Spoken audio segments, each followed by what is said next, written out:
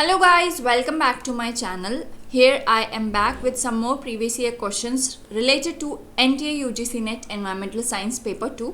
If you haven't subscribed to my channel yet, then please do subscribe to my channel and press the bell icon that is present near the subscription button so that you can get the notification of every video that I upload regarding to the NTA UGC NET Environmental Sciences paper. So subscribe and share my videos with your friends who are preparing for this exam. So in this video I would be discussing one-liner questions basically. So I am not explaining much detail about the questions that I am going to discuss in this video. So without wasting much time, let's start with the video. First question says, which one of the following makes blood toxic after combining with hemoglobin? So we know that hemoglobin के साथ mostly oxygen combine करता है, ठीक है, oxygen combine करता है और carbon dioxide भी कंबाइन करता है. तो जब ऑक्सीजन को अलग अलग ऑर्गन्स में पहुंचना होता है तो हीमोग्लोबिन के साथ कंबाइन करके हमारी आरबीसीज के साथ, और वो जहाँ पे ज़रूरत होती है ऑक्सीजन की वहाँ पहुँचता है और वहाँ से कार्बन डाइऑक्साइड को लेकर हमारे लंग्स तक आकर और वापस बाहर एटमॉस्फेयर में रिलीज़ होता है. तो ये पूरा रेस्पिरेशन का सिस्टम होता है. बट कुछ गैसेस ऐसी होती हैं जिनके थ्रू हीमोग्लोबिन के साथ कंबाइन करके ब्लड को टॉक्सिक बनाती हैं. तो उनमें मेन एग्जाम्पल जो है कार्बन मोनोऑक्साइड का है. कार्बन मोनोऑक्साइड एक ऐसी गैस है जिसकी एफिनिटी जो है हीमोग्लोबिन के साथ कंबाइन करने की वो बहुत ज़्यादा है. उसके बाद वो क्या बनाती है, कार्बन मोनोऑक्साइड हीमोग्लोबिन के साथ कंबाइन करके कार्बोक्सी हीमोग्लोबिन बनाती है, जिससे ब्लड क्या हो जाता है, टॉक्सिक हो जाता है and it creates respiratory issues. Okay, blood क्योंकि हीमोग्लोबिन अब ऑक्सीजन को नहीं कैरी कर पा रहा, कार्बन डाइऑक्साइड को नहीं कैरी कर पा रहा, तो बॉडी में जो प्रॉपर एक्सचेंज होना चाहिए ऑक्सीजन और कार्बन डाइऑक्साइड का इनटेक और आउटटेक जो होना चाहिए उसमें प्रॉब्लम आती है, जिससे रेस्पिरेटरी प्रॉब्लम्स अराइज होने लग जाती है. ओके, सो नेक्स्ट क्वेश्चन पर आते हैं. Respiratory electron transport chain can be inhibited by. जो रेस्पिरेटरी ईटीएस होती है वो किससे इनहिबिट होती है? एडीपी, फॉस्फेट और जो कार्बन डाइऑक्साइड है वो कहीं ना कहीं इसमें यूटिलाइज हो रहे हैं या कहीं ना कहीं इसमें रिलीज हो रहे हैं, ठीक है. पर जो आपका हाइड्रोजन सल्फाइड है वो एक इनहिबिटर का काम करता है, ठीक है. उसमें जो आपका इलेक्ट्रॉन ट्रांसपोर्ट सिस्टम है, अगर आपने कभी पढ़ा होगा तो you must be knowing that there are some complexes जिसके अंदर इलेक्ट्रॉन्स ट्रांसपोर्ट हो रहे हैं, ठीक है.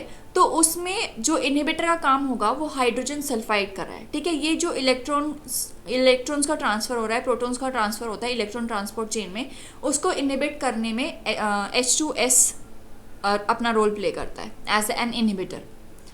Now, the evolution of genetic resistance to antibiotics among disease-carrying bacteria is an example of जो जेनेटिक रेजिस्टेंट डेवलप हो जाता है किसी भी डिसीज़ कैरिंग बैक्टीरिया में किसी भी एंटीबायोटिक के लिए, ठीक है, वो किस वजह से होता है, वो जो इवोल्यूशन है उसको क्या बोलते हैं?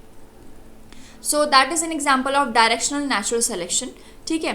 तो और भी बहुत सारे नेचुरल सिलेक्शन के टाइप्स होते हैं, पर डायरेक्शनल में क्या होता है, किसी भी एक चीज़ का इफेक्ट ज़्यादा उसके रिस्पॉन्स में जा रहा है, ठीक है. अगर कोई भी ए आर्टिकल है या ए हमने एक कोई मान लिया ए, इसका जो रिस्पॉन्स है एक ही डायरेक्शन में जा रहा है. So this is the directional natural selection.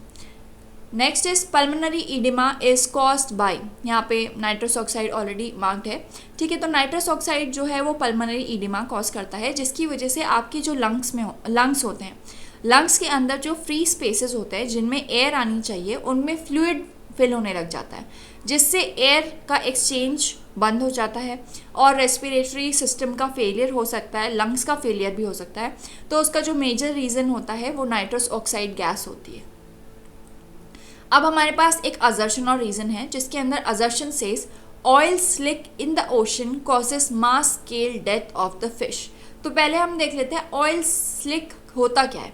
तो जैसे भी वाटर है, कोई भी वाटर बॉडी है, उसके ऊपर अगर ऑयल स्पिल हो गई है, ठीक है, कभी कभी ऑयल स्पिल हो जाती हैं, शिप्स ऑयल लेकर जा रही होती हैं, वो वहाँ पर एक्सीडेंटली ऑयल को स्पिल कर देती हैं, तो जो वाटर बॉडी है उसके ऊपर ऑयल की एक पतली फिल्म बन जाती है.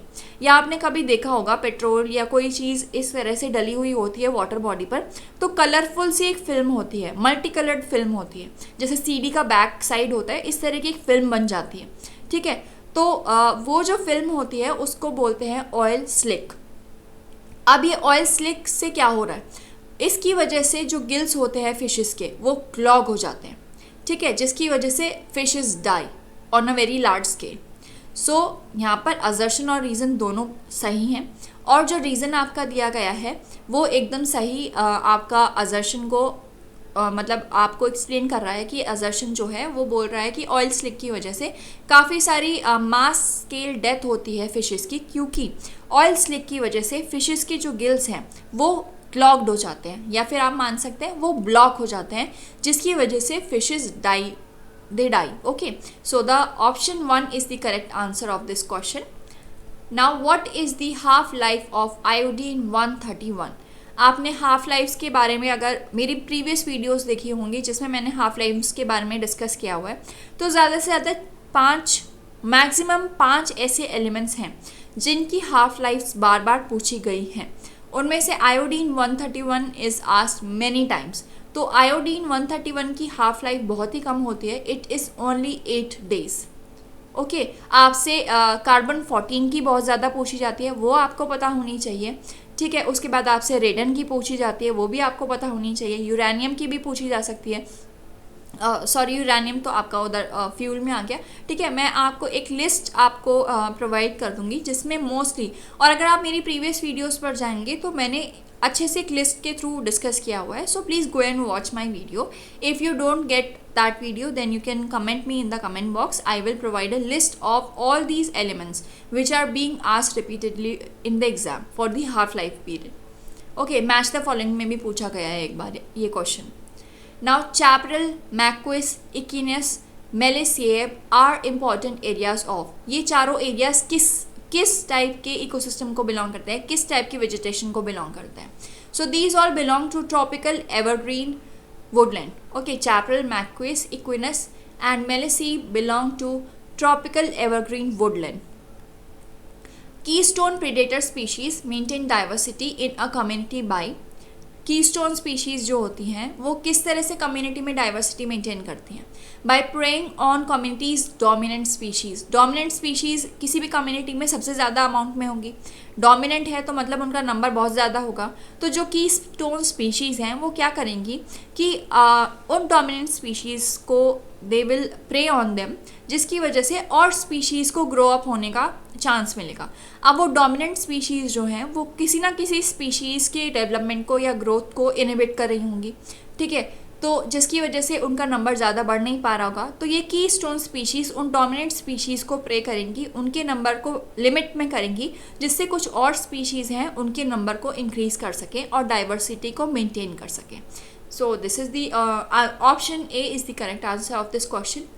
Now, two species cannot remain in the same place according to which of these laws? ठीक है, तो ये कुछ लॉज हैं, ये आपको बता रहे हैं कि कुछ इस तरह से स्पीशीज़ जो है वो एक ही जगह पर नहीं रह सकती हैं। तो ये आपको बाय हार्ट याद होने चाहिए कि कौन सा लॉ किस चीज़ के बारे में बात कर रहा है। ठीक है, तो यहाँ पे अगर मैं बात करूँ तो यहाँ पर जो आपका गॉस हाइपोथेसिस है, it says that two species cannot remain in the same place if they are fighting for the same resources। मतलब उनके सर्वाइवल के लिए अगर सेम रिसोर्सेज इंपॉर्टेंट है तो उसकी वजह से क्या होगा कि वो एक साथ नहीं कोएग्जिस्ट कर सकती।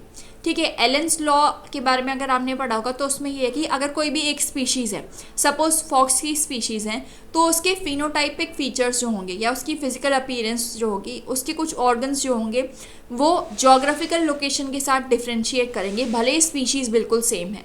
ठीक है, उसी तरह डोलोज रूल है और वीजमैन थ्योरी है, जिसके बारे में आप मेरी दूसरी वीडियोज़ में देख सकते हैं। मैंने उनके बारे में डिस्कस किया हुआ है, डोलोज लॉ के बारे में और आपका वीजमैन थ्योरी के बारे में। Now which of the following is not an external factor controlling an ecosystem. External factor जो कि इकोसिस्टम को कंट्रोल कर रहे हैं उसमें क्लाइमेट आता है, टोपोग्राफी भी आता है, पेरेंट मटेरियल फॉर्मिंग सॉइल भी आता है, but microbes do not have any effect on the they don't have any role as an external factor. So answer is D, option D is the answer over here. So that's all for this video. I hope you have understood these questions. These questions are very basic ones which are being repeatedly asked in your paper. So just skim through these questions very fast or write down there in your copy anywhere as one liners, जो आप exam में last moment पे just एक बार देख कर जा सकें। जैसे पल्मोनरी इडेमा है, कौन सी गैस से कॉज होता है, ये आपको पता होना चाहिए। डिसीजेस के बारे में पता होना चाहिए, ठीक है। उसके बाद आपको बहुत कुछ मेजर डिसीजेज हैं जैसे इटाई, मिनामाटा, इनके बारे में पता होना चाहिए। दीज आर वेरी इंपॉर्टेंट, आपसे बिल्कुल क्वेश्चन ज़रूर पूछा जाएगा इन चीज़ों के ऊपर से। So pay attention to the things that are being repeated in the previous year papers. Study well. Employ all your time in studying as much as you can for this little period that you have in your hands, so that you can get a JRF. And all the very best from my side. I hope you are doing well. If you have any queries, feel free to contact me on Facebook, or you can also comment me in the comment box. Thank you very much for watching.